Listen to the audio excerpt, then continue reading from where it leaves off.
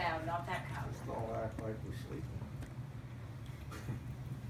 Ready? So this presentation is on industrialized farms versus family local farms. So, have any of you ever taken the time to think about what you really eat? Yes. Have you? What do you think about? What do you think about? Well, I think I want to know where it came from, what kind of people raised the animals, how they were slaughtered. Okay, yeah, these are all questions. So you ask where the animal came from, how was the animal exactly treated where it came from, and what was the animal eating. Because everything that the animal eats is most likely in the meat that you're going to buy at the store. So, these are questions that are going to make a difference in the way you buy your food. So these are the health issues. In local farms, which are family farms, there's no pesticides, no hormones, and no antibiotics. The only time an antibiotic is used in a family farm or a local farm is if an animal actually gets sick.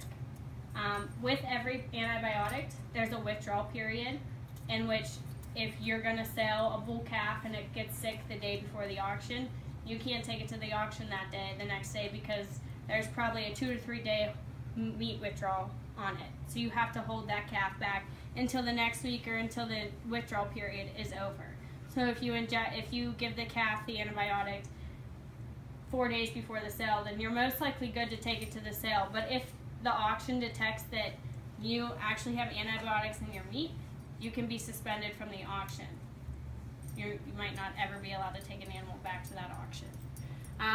With industrialized farms, there are overuses of antibiotics, and this causes the cows as well as humans to become resilient to antibiotics.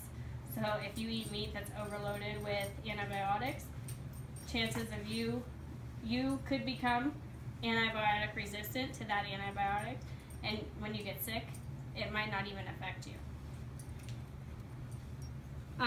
Also, antibiotics are used in industrialized farms for growth.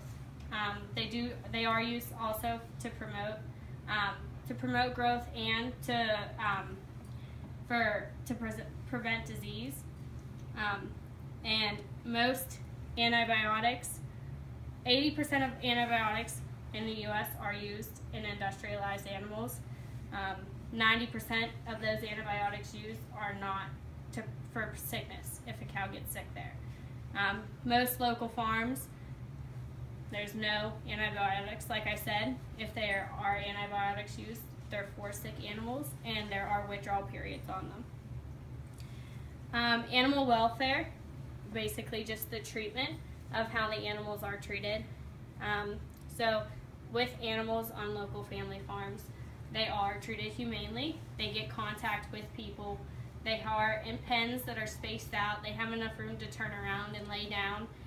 They do get the chance to go out into the pasture and actually see the sunlight. And their feeding proportions are correct. They're not underfed or overfed. They're just right. Industrialized farms, on the other hand, they're tiny. They're crammed in pens. They can't turn around. Most of the time they can't lay down. If an animal in this pen were to fall down and get hurt, would the farmer ever know? Because there's no contact with these animals. They do not have access to sunlight or pasture. They're always kept in the barn. They're meant to stay and feed. So, like I said, they're populated. They have limited movement. This will allow for a potential rapid spread of disease. This is how all the cows get sick, even though they're treated with all those antibiotics that they're used for growth and everything. Most of the time they're not going to work because they're treated every day with those antibiotics, so they're resilient to them. So when they do get sick, it's not really going to do anything for them. The other way they are treated inhumanely is tail docking. Some local family farms do tail docking, but they do it in a humane way rather than the way that industrialized farms do it. And a lot of these times, animals will be branded. The industrialized animals will be branded so the farm will know what the animal is, but it's done very inhumanely. So then there are environmental issues which expand outside the farm. This is a huge manure lagoon, which is used for an industrialized farm, and this contaminates the water. This can also damage the soil, and industrialized farms can also damage the air. So local family farms, they protect the natural environment, and they rotate their fields, and they rotate the fields in which they spread manure in. So they're not constantly spreading this overload of manure into one field and damaging the soil and possibly contaminating your water. Then there are fuel issues. Local family farms do use tractors and everything to run their farm and use the crops and stuff, but they minimize it, whereas the industrialized farms are constantly using fuel. And most of the greenhouse gases that are emitted into the air are from industrialized farms. So, like I said, family farms rotate their crops, which minimizes on fuel. And they also are very efficient in the way that they spread their manure.